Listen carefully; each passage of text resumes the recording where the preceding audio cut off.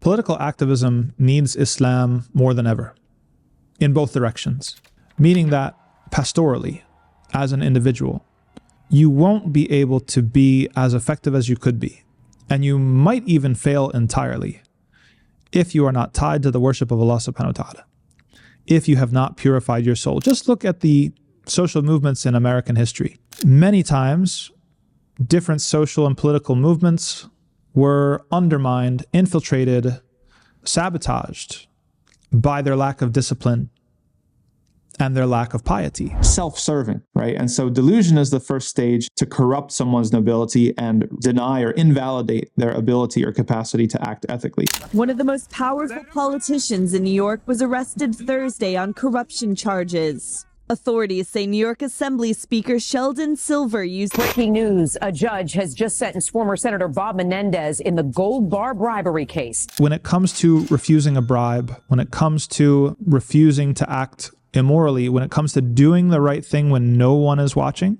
there's no substitute for taqwa.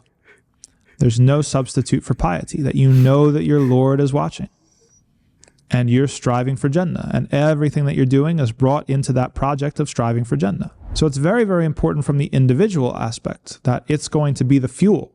Your taqwa, your piety, your purification, all those things might be your limiting factors when it comes to how effective of an activist you can be.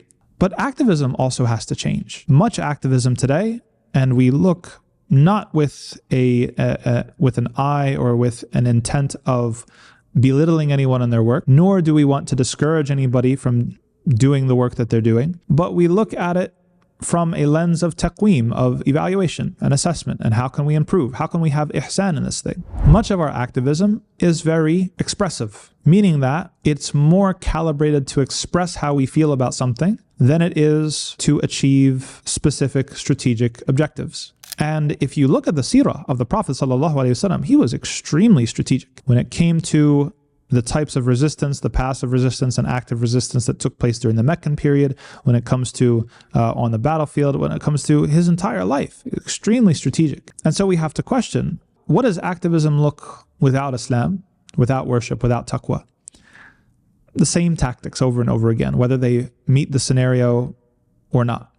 The same sort of emphasis on our output and our energy and our intention and our righteousness or our rage or feeling that we are in the right, and not necessarily on impact, accomplishments, achievements, goals. I think that if we have a more Islamic activism, then we will be able to do both of these things. We will be able to engage in these activities, but in a sensible way, where it is strategic, it is matched up to achieving concrete goals and objectives. It is creative. It's not just stuck in the same rut of doing the same things that everybody's always doing. It will be moral. It will be uplifting. It will be inviting. And it will be, inshallah, victorious.